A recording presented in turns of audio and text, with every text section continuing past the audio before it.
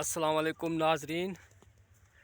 जनाब सुबह 9-10 बजे का टाइम है तो दूसरा रोज़ा तो हरियाली तुसी वेखण दे हो माशाअल्लाह। सुबह सुबह वो पट्ठियां वास्ते आए हाँ, वाक दी वाक हो जाती है, पट्ठे दे पट्ठे वड्डे जाते हैं। तो तुहाडे नाल गल अर्ज करनी ही कि जेड़े मेरे भरा मोबाइल का बहुता इस्तेमाल करते हैं, कंप्यूटर का बहुता इस्तेमाल करते हैं, या जेड़े भैन भरा बमार ने नहीं उन्होंने तबीयत ठीक रही हो जनाब, सुबह सुबह ना या शाम नू ए वेखो हरियाली जरूर वेख्या करो, बाहर निकलिया करो, वाक करया करो। ए जेड़े तुसी मोबाइल वेखदे हो ना या कंप्यूटर का काम करते हो, ए वेख कणक हैं हर पासे हरियाली। ए तुहाडी जिहड़ी अखां कमज़ोर होंदियां ने ना कंप्यूटर नाल मोबाइल नाल, ते इंशाअल्लाह हरियाली वेखण नाल तेज़ होंदी है नज़र तेज़ होंदी है, मैदा सैट होंदा। हाँ जी, दिमाग तेज़ होंदा, दिमाग भी बड़ा तेज़ होंदा। साढ़े उस्ताद आंदे हैं कि दिमाग भी बड़ा तेज़ होंदा इहदे नाल, ते इहदे बड़े फायदे ने।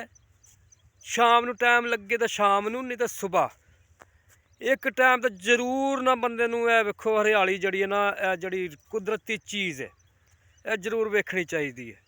इहदे नाल जनाब तुहाडा मैदा ठीक रहेगा। तुहाडे नाल कोई बंदा है, चलो दो बंदे गल्ला बाती करदे वाक ते आ जान, दो नहीं तो कल्ला ही बंदा निकल आवे। जो कल्ला निकलदा ना उदों भी बड़ा फायदा।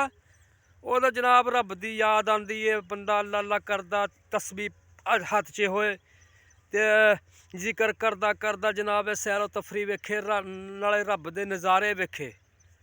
इत्थों रब दी जिहड़ी कुदरत नज़र आंदी है हर शै चों, ते फिर रब दा जिक्र करदा रहे, नाल सैरो तफरी करदा रहे। बाहर निकलेगा बंदा अपने सारे गम दुख तकलीफ़ां भुल जाता, यकीन करो। अगर तुसी घर ही बड़े रहोगे ना, घर ही बैठे रहोगे, तो भाई परेशानी आके बंदे नूं घेर लेंदी, कल्ले बंदे नूं दिमाग च सोचां वड़ जांदियां ने। फिर बंदा जदों सोचां च वड़दा ना, फिर कित्थों दा कित्थे पहुँच जांदा है।